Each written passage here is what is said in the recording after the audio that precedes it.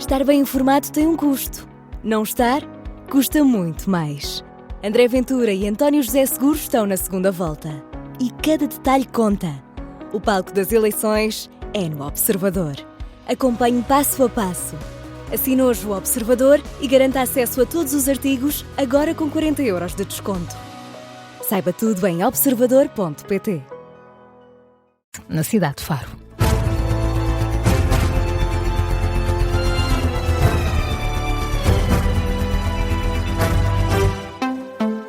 Jornal das 7 na Rádio Observador com Carla Jorge de Carvalho. O mau tempo não dá tréguas. Depois da depressão Christine chega a depressão Leonardo. Vem mais chuva forte, queda de neve, vento e agitação marítima. Os efeitos vão começar a ser sentidos a partir desta tarde. Vão durar até sábado. São as previsões do IPMA. A tempestade vai entrar em Portugal continental a partir do Algarve e Baixo Alentejo. Estende-se gradualmente ao resto do país. Nos próximos dias é esperada chuva persistente e forte, rajadas de vento que podem atingir os 95 km por hora, queda de neve nas regiões altas e agitação marítima. O pior dia deve ser a madrugada de quarta para quinta-feira. No entanto, o IPMA ressalva que este é um fenómeno normal de inverno e que não está previsto um cenário semelhante à depressão Christine. Hoje há 7 distritos sob aviso laranja, 8 sob aviso amarelo. Toda a costa está também sob aviso laranja por causa da agitação marítima. O Primeiro-Ministro volta hoje ao terreno e vai estar em Pombal. Luís Montenegro vai encontrar-se com o líder da Unidade de Missão para a reconstrução da Zona Centro. Luís Montenegro e Paulo Fernandes têm encontro marcado para esta manhã, às 10h30. O Primeiro-Ministro vai depois visitar as áreas afetadas. Paulo Fernandes já esteve numa primeira reunião em Leiria com empresários e autarcas, assim como os ministros da Economia e das Infraestruturas. O Governo saiu dessa reunião a garantir que está mobilizado para a reconstrução. Luís Soares. Miguel Pinto Luz e Castro Almeida prestaram declarações aos jornalistas, mas foi o Ministro das Infraestruturas que saiu em defesa das críticas ao Governo, garantiu que está mobilizado para o que aí vem. Eu hoje senti aqui uma solidariedade que despassa partidos políticos, visões de sociedade, que é mais do que tudo. É isso que nos devemos focar, é na mobilização. De estarmos constantemente a encontrar aquilo que nos divide. Numa altura como esta, não contam comigo, pelo menos comigo. Estou aqui para arregaçar as mangas e para fazer, e é isso que é o espírito do Governo. Muito obrigado. Não contam com Pinto Luz para divisões, mas sim para arregaçar as mangas. Ora, o Ministro da Economia falou num outro tom e anunciou a Castro Almeida que o Estado vai suportar a intervenção de emergência que seja necessária para evitar um agravamento da situação. Se ruiu uma parte de um telhado, é preciso intervir imediatamente, não necessariamente para reparar o telhado todo, mas para impedir que a chuva que aí vem vá agravar a situação. E esse tipo de intervenção de emergência é uma intervenção que nós vamos suportar. O Estado vai suportar essa parte para impedir o agravamento da situação que já é de si grave. E estivemos a ver com as empresas, por exemplo, a encontrar formas de impedir alguma especulação de preços que começa a surgir. De resto, o Ministro da Economia explicou também que a Ordem dos Engenheiros já criou uma bolsa de 90 engenheiros disponíveis para trabalhar nos locais mais afetados, eles que começam a trabalhar logo que possível. De resto, isso mesmo sublinhou também o responsável pela unidade de missão, Paulo Fernandes. O Estado, em primeira linha, criando um princípio não só da solidariedade, mas da confiança entre o Estado e o cidadão, o Estado e as empresas, fazermos aquelas intervenções mais urgentes que vão começar imediatamente nos próximos dias para tentar que nas empresas que ainda se possa fazer esta mitigação sem necessidade de ir para componentes muito infraestruturais, se possa fazer e colocar a normalidade possível de forma a mitigar danos e, quem sabe, em alguns casos, até retomar a componente de produção. A garantia deixada por Paulo Fernandes, que esta terça-feira vai visitar Pombal, juntamente com o Primeiro-Ministro. É um trabalho do jornalista Luís Soares, que tem estado nas zonas mais afetadas pela depressão Christine. E Carla, como percebemos, os empresários fazem contas à vida depois dos estragos provocados pela tempestade. Há quem tenha dedicado a vida toda a um negócio e o veja agora reduzido a escombros. A dimensão dos danos e o número de empresas afetadas ainda não é totalmente conhecido, o levantamento está ainda a ser feito, mas há estimativa de danos em várias centenas de empresas. O Observador tem estado no terreno a ouvir quem dedicou uma vida inteira a um negócio e que agora o viu destruído em poucas horas. É o caso de Marflete Ferreira, proprietária de uma empresa de lacagem de ferro em Leiria. Ficou reduzida a entulho, a força da tempestade destruiu máquinas, fornos e o próprio armazém. É chegar aqui e ver isto completamente destruído, é horrível. Claro que chegar aqui e ver tantos anos que andamos aqui a tentar com clientes, com formar uma empresa e em 2 horas perde-se tudo. Isto está num caos, isto não se aproveita nada, isto é 0, 0, 0. É horrível, não dá para descrever a sensação. Nós achamos que só acontece aos outros e, no fundo, quando acordamos e chegamos aqui de manhã e ver, isto é uma bomba que está aqui. Nesta empresa trabalham 11 pessoas, os seguros foram ativados, mas Marflete Ferreira está preocupada em relação ao futuro. Marco Dionísio está numa situação semelhante. É o administrador de uma empresa que produz embalagens de produtos farmacêuticos. Os danos, neste caso, não foram tão significativos, mas o empresário estima um prejuízo superior a 1 milhão de euros. Ouvido pelo Observador, mostra-se ainda esperançoso nos apoios. Nós gostaríamos de estar a produzir dentro de 15 dias, mas isso não vai ser possível, pronto. Mas nós vamos tentar no máximo 1 mês, a queimar 2 meses, temos de estar a produzir porque o nosso cliente não pode parar as linhas, ainda por cima é um bem, quer dizer, para hospitalar, não podemos estar a parar esse tipo de produto e temos de fazer todos os possíveis para que isto arranque o mais rapidamente possível. Não podemos estar aqui a lamentar que a culpa foi deste ou daquele. Nós temos que trabalhar e só pensar nisso. Os testemunhos de 2 empresários afetados pela depressão Cristina em Leiria, declarações recolhidas pela jornalista Marina Ferreira. O Governo anunciou um montante de 2.500 milhões de euros em apoios para as regiões afetadas. Entretanto, o Ministro da Presidência sai em defesa da Ministra da Administração Interna. António Leitão Amaro considera que Maria Lúcia Amaral tem condições para continuar. Em entrevista à CNN de Portugal, Leitão Amaro rejeita comentar as declarações que têm sido feitas pela Ministra da Administração Interna. O Ministro da Presidência afirma apenas que este não é o momento da avaliação, mas sim da ação. O que a Ministra diz, e eu acho que todos partilhamos, é que a situação de facto é brutalmente complexa, é uma tempestade sem precedentes, os ventos mais fortes registados em Portugal e a tempestade aparentemente mais forte registada em Portugal. Por outro lado, também diz que há um momento de avaliação que não é este. Este é o momento da ação, este é o momento das respostas. Primeiro, prevenir. Depois, imediatamente lançar todos os meios no terreno. Acha que tem condições para permanecer no cargo? Com certeza.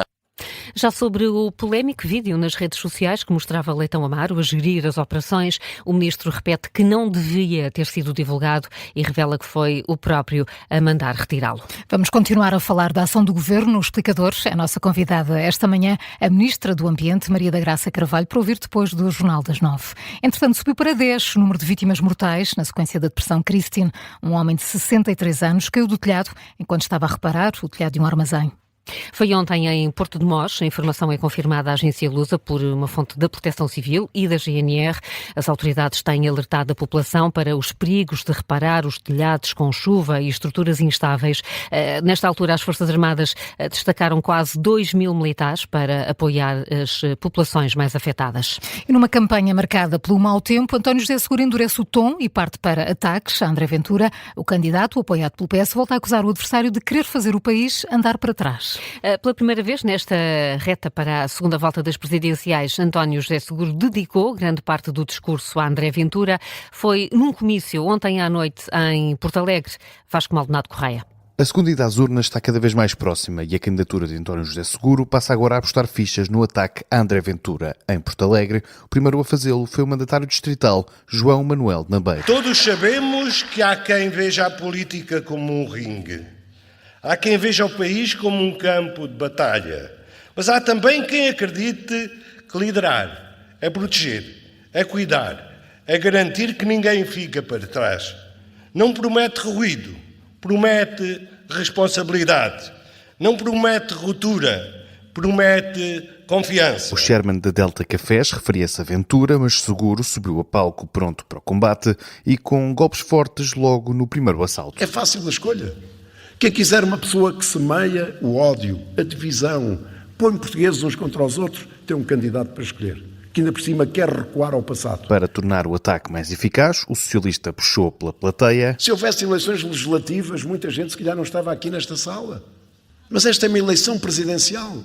Trata-se de escolher um presidente que tenha experiência, que seja moderado, que saiba dialogar com todos. E ainda foi a tempo de uma última investida. Quem quiser seguir o caminho da intolerância, o caminho da divisão, o caminho dos extremismos, o caminho de que está tudo mal, tem uma opção. Quem quiser seguir o caminho da união, da agregação, do diálogo, do compromisso, da estabilidade política, também tem outra opção. Mas Seguro sabe que para deixar o adversário no tapete ainda é preciso ir votar. Lembra que neste combate são os eleitores que decidem quem ganha. Nós não temos a capacidade de definir o futuro, mas temos a escolha do caminho que queremos para esse mesmo futuro. E já não é pouco, é mesmo muito. António José Seguro a levar André Ventura para o ringue num distrito em que na primeira volta ficaram separados por apenas 60 votos. Vasco Maldonado Correia a acompanhar a caravana de António José Seguro. O candidato começa hoje o dia em Proença Nova. É a primeira vez que vai levar a comunicação social para uma região fortemente afetada pelo mau tempo. António José Seguro assume também que gostaria de voltar ao ciclo de governos de 4 anos. Foi numa entrevista ontem à noite na RTP. O candidato garante que, se for eleito, não vem para criar instabilidade e admite que gostaria de voltar a ver governos a levar a legislatura até ao fim.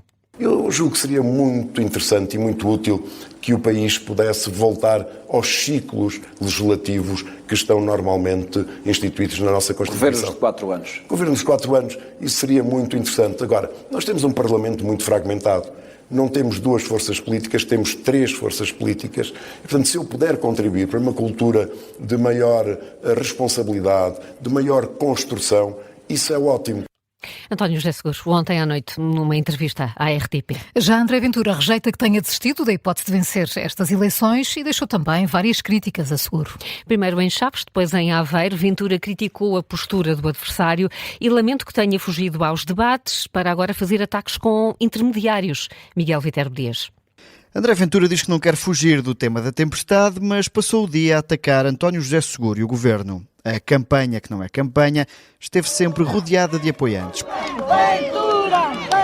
Primeiro numa empresa em Chaves, depois numa sessão de esclarecimentos, em que deu as boas-vindas a Seguro na distribuição de lonas para as casas afetadas pela tempestade. Dissemos que íamos dar lonas, hoje o que é que ele foi fazer? Distribuir lonas. Mas nós andamos há 3 dias a falar nisto. Já antes, Ventura tinha criticado a postura de António José Seguro, que o acusou de ser um adversário da democracia. Nós não devemos voltar para o terreno da mera disputa política. Eu acho que ninguém compreenderá que no meio de uma crise destas haja políticos a debater entre si quem é que é o adversário da democracia. E lamenta que tenha recusado debates para agora o atacar através dos jornalistas. Não pode ter fugido aos debates todos e agora querer debater com intermediários. Acho que não é pelo menos de homem corajoso. Numa campanha em que o candidato se confunde muitas das vezes com o líder da oposição, André Ventura admite todos os cenários porque a vitória já foi conquistada. Vencemos o candidato apoiado pelo governo, com uma maioria com o partido maior do Parlamento, vencemos o candidato liberal e ainda vencemos um candidato independente. Portanto, conseguimos que este movimento se tornasse na liderança da direita e da oposição em Portugal. Não haverá mais outra conversa de direita. Nós seremos a direita. André Ventura entre Chaves e Aveiro, com críticas sempre ao governo, desta vez à Ministra da Administração Interna. Deixe de nos insultar a inteligência a nós, deixe de gozar com as pessoas e faça aquilo para que é nomeada. O candidato presidencial que nunca esquece o executivo, mas que volta a lembrar-se de António José Seguro. Miguel Viterbo Dias com o discurso de André Ventura, que voltou ao ataque. Ele que também vai voltar a estar hoje nas zonas afetadas pela tempestade, vai visitar às 3h30 uma empresa em Torres Vedras que sofreu danos. As eleições são já no próximo domingo. São 7h13. Carla, que outras notícias estão em destaque a esta hora? Um homem foi mortalmente baleado ontem à noite num carro em Queluz, no concelho de Sintra. A notícia é confirmada à agência Lusa pelo Comando Metropolitano da PSP de Lisboa. O homem terá sido baleado várias vezes com uma arma automática. A Polícia Judiciária está a investigar. Após vários dias de trégua, a Rússia voltou a atacar a capital ucraniana. Moscou anunciou que tinha aceitado um pedido do presidente norte-americano para suspender os ataques contra Kiev e contra a rede elétrica, tendo em conta as negociações trilaterais. As autoridades ucranianas denunciam hoje novos ataques que terão feito 2 feridos. O Futebol Clube do Porto perdeu pela primeira vez no campeonato. Esta época foi frente ao Casa Pia por 2-1. Com esta derrota, a luta pelo primeiro lugar da classificação fica relançada. Os azuis e brancos recebem o Sporting na próxima segunda-feira, agora com 4 pontos de distância. Esta foi também a primeira vitória em casa desta temporada do Casa Pia.